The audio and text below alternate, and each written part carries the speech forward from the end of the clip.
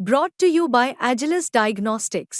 Health test की बात आती है तो मैं भरोसा करता हूँ India largest diagnostics company Agilus Diagnostics. खुद को टेस्ट करते रहो। आपको क्या लगता है कि हरियाणा में इस बार जो 10 साल से बीजेपी सरकार है, ओपिनियन पोल ही संकेत दे रहे हैं कि इस बार कांग्रेस की सरकार बन सकती है, तो आपको क्या लग रहा है?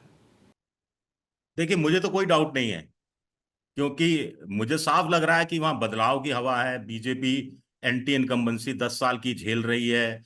कांग्रेस का जो गुट है कमोबेश एकजुट है, और उनका कांग्रेस का घोषणा पत्र बीजेपी के संकल्प पत्र पर भारी पड़ रहा है। वहां सामाजिक न्याय से लेकर यूथ, किसान, सबकी बात कही गई है।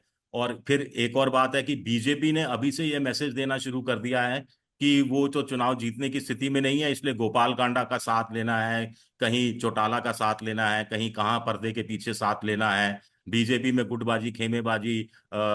जो विज साहब हैं वो कह रहे हैं मैं मुख्यमंत्री बनूंगा, राव इंद्रजीत सिंह कह रहे हैं मैं मुख्यमंत्री बनूंगा, अमित शाह अड़े हुए हैं कि नायब सिंह सैनी ही मुख्यमंत्री बनेंगे। तो बहुत सारे कारण हैं जो ये बता रहे हैं कि हरियाणा में बदलाव की हवा है। और खट्टर साहब का जिस ढंग से नाम तक नहीं लिया जा रहा, तो हरियाणा में तो मुझे क्लियर है कि 90 में से मुझे लगता है कि बहुत आसानी से कांग्रेस को 50-55 से ज्यादा सीटें मुझे लगता है कि मिल जानी चाहिए। आखिर में विजय जी, एक बार फिर से 100 दिन के जो का स्कोर कार्ड जो है, वो क्या, कौन फाइनली आप किसको बताएंगे कि इस सेशन में कौन भारी पड़ा 100 दिन में? देखिए, जैसे मैंने शुरुआत में ही कहा, मुझे लगता है कि 3-4 कारण भी मैंने बताए। मुझे तो लगता है कि पहले 100 दिन में राहुल गांधी कुल मिलाकर भारी पड़े हैं, चाहे वो हिंदुस्तान के अंदर भारी पड़े हों, चाहे अमेरिका जाकर जो उन्होंने भाषण दिया, इंडिया डायस्पोरा को जो संबोधित किया, और जिस ढंग से बीजेपी ने एक तरह से राहुल गांधी के बारे में जो कुछ कहा, उससे वो एक तरह से राहुल गांधी का प्रचार प्रसार ही हुआ। तो कुल मिलाकर राहुल गांधी, मैं तो कहूंगा कि राहुल गांधी पहले 100 दिन में भारी पड़े।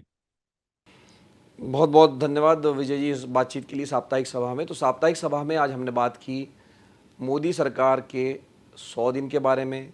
100 दिन का कामकाज कैसे रहा, क्या उसकी उपलब्धियां रही और क्या उसके यू टर्न रहे या क्या उसकी नाकामियां भी रही। तो विजय जी का जो आकलन ये है कि राहुल गांधी इन 100 दिनों में भारी पड़े। कम से कम मीडिया में उन्होंने हेडलाइन बनाई, उन्होंने सरकार को डिफेंसिव में लाया।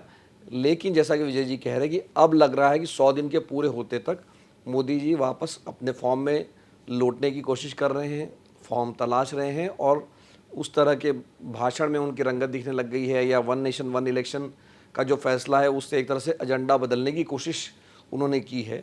लेकिन ये कितनी कामयाब होती है, इसके लिए अभी हमें 8 अक्टूबर तक का इंतज़ार करना पड़ेगा, जबकि विधानसभा चुनाव जो हरियाणा और जम्मू कश्मीर में हो रहे हैं उसके नतीजे आ जाते हैं। वो नतीजे सरकार के लिए एक तरह से आगे वाला रास्ता दिखाएगी कि वो कितनी मजबूती से आगे चल सकती है या नहीं चल सकती है। और उसके बाद महाराष्ट्र, झारखंड, दिल्ली में भी चुनाव होने हैं। तो अगले 100 दिनों में नज़र रहेगी विधानसभा चुनाव पर।